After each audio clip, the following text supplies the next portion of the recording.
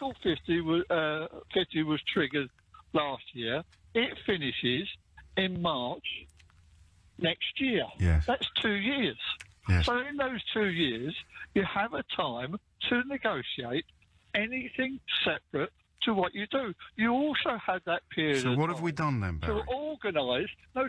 Well, you and I both know that the majority of MPs, not the country, but MPs, want to remain. No, So Barry, the negotiations were the responsibility of David Davis, arguably Liam Fox. I mean, I don't know how to put this politely, but... If you believe that, I mean, you are stupid, James. It's possible I'm stupid. Well, one of us is, Barry. Hang on, the negotiation has been done by a Europrat called Ollie Robbins. Europrat? Wow. Oh, Barry, Ollie Robbins has been doing the negotiations from day one. He's been dealing with the possible, and you believe in the impossible. No, but he's been the person doing the negotiations. Yes, and what do you think he's done wrong, Barry?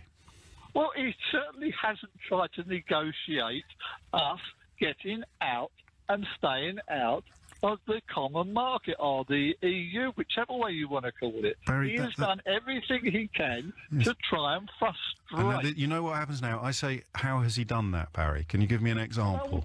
And I will turn around and say that the Prime Minister's helped as well. What she has done is but then you're not answering the question that I asked. I said, could you explain to me how he has deliberately... What he has done, he has been sent to Brussels and had meetings with Michel Barnier and everything else, making a decision, not with the Brexit secretary that we had, but him on his own personal terms. Barry, I'm going to run out of time.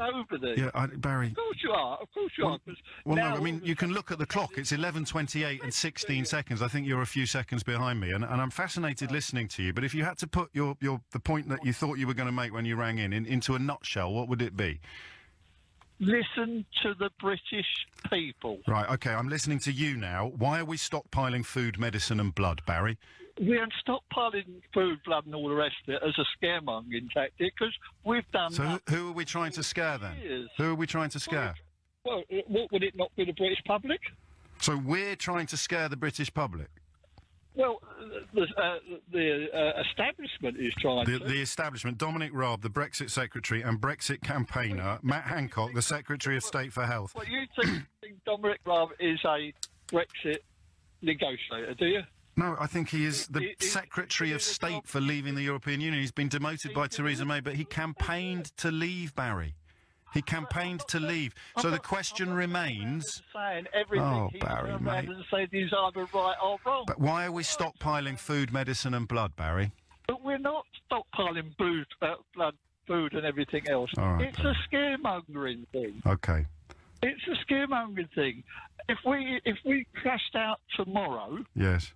The only way we can crash out, because there's no such thing as crashing out, is to go to WTO. Yeah. Now, under WTO rules, any existing things that we have and commitment that we have, we can continue for the next 10 years. Barry, that is absolutely nonsense on stilts. I'm telling you. Well, Barry, I love the way you're amusing yourself so much, but you're talking undiluted gibberish. I'm talking. Look, yes. But do you know what we've got on? We've got. The Irish government. Barry, you're not a real person. You're not going to have any flights. Barry, I've seen through you, Barry. You haven't. I have. You can't answer. You are question, James. What question can't I answer, Bazza? Well, okay.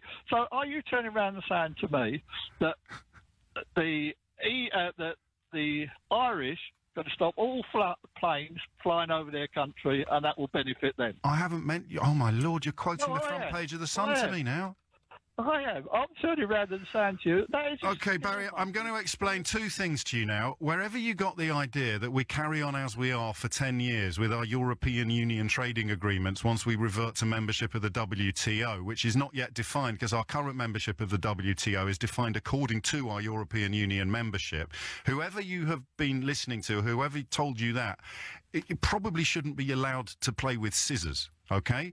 That's point number one. Point number two, the thing you've missed about Ireland and aeroplanes has nothing to do with the vindictiveness of the Irish government or the Irish Taoiseach. That's what Tony Gallagher, the editor of The Sun, has lied to you about. It has everything to do with what international laws will be in place after we leave the Union, which makes us signatory to international laws. So the minute we leave the European Union, Barry, we cease to be signatories to the aviation treaties that ensure the free flights of aeroplanes from, for example, Britain to Ireland. Now, Barry, I'm going to ask you a very simple question. I want a yes or no answer.